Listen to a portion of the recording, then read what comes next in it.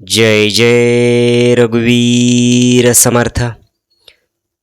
श्री समर्थ रामदास स्वामी विरचित श्रीमत दासबोध दशक 17वा. प्रकृती पुरुष नाम समास 7वा. जगज्जीवन निरूपण नाम. हा समास अत्यंत व्यावहारिक आणि आध्यात्मिक बोध देणारा आहे. या समासाचा संपूर्ण गर्भितार्थ आपण खालील मुद्द्याच्या आधारे समजून घेऊ. मुद्दा 1. संगतीचा अपरिहार्य परिणाम. समर्थाने सुरुवातीलाच पाण्याचे उदाहरण दिले आहे. पाणी मुळात निर्मळ असते, पण ते ज्या वेलीला मिळते तशी चव आंबट, कडू, तिखट होते.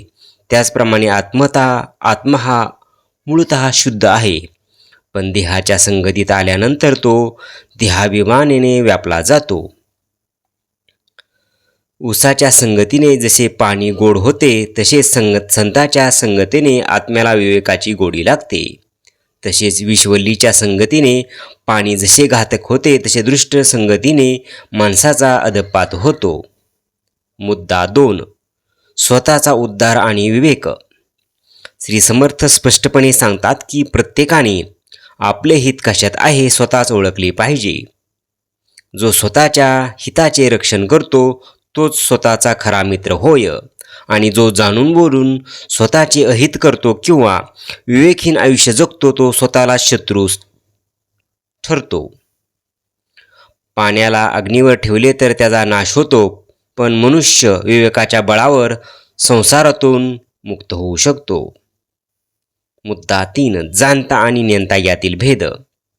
समाजात 2 प्रकारचे लोक असतात. जाणता जो विवेकी आहे, जो देवाचा अंश मानला जातो, त्याला सर्व मान्यता मिळते. नेणता जो अविचारी आहे, त्याला समर्थाने राक्षस्य अर्थाने संबोधले आहे, कारण तो स्वतःचे आणि समाजाचे अहित करतो. सुख आणि दुःख.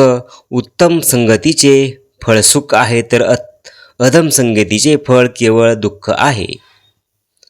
मुद्दा क्रमांक 4. काळाचे महत्त्व आणि प्रयत्नवाद. समर्थांनी संसाराच्या नश्वरतेची आठवण करून दिली आहे. संपत्ती ही दुपारची सावलीसारखी आहे, जी लवकरच मावळते. बालपण, तारुण्य हळूहळू निघून जाते आणि वृद्धत्व समोर येऊन ठाकते. प्रयत्नवाद. यत्न केल्या कार्य साधते. प्रयत्न केल्याशिवाय कोणतेही कार्य साध्य होत नाही. देह जोपर्यंत सुदृढ आहे तोपर्यंत साधकाने प्रयत्न केले पाहिजेत. श्री समर्थ या समासाचा मुख्य गर्भिता सांगताना शेवटी सांगतात की मनुष्याने दुर्लभ अशा मनुष्यजन्माचे सार्थक करण्यासाठी कुसंगती आणि देहाभिमान सोडून विवेकाची कास धरावी.